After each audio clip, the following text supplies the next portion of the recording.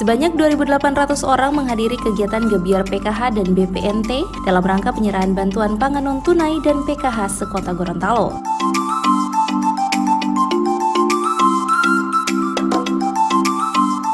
Meskipun kondisi musim kemarau yang terjadi saat ini, namun hal ini tidak berdampak terhadap pemenuhan kebutuhan keluarga kurang mampu, karena setiap bulannya pemerintah daerah dan pemerintah pusat mendistribusikan bantuan berupa beras.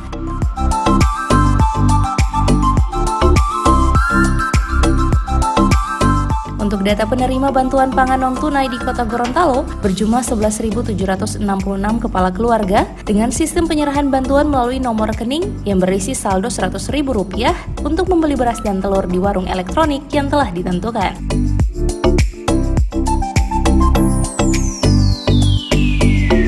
Wali Kota Haji Marten Taha SE Mekdev dalam sambutannya mengatakan, dalam waktu dekat pemerintah Kota Gorontalo akan kembali membagikan bantuan sebesar 10 ton beras untuk memenuhi kebutuhan masyarakat kurang mampu.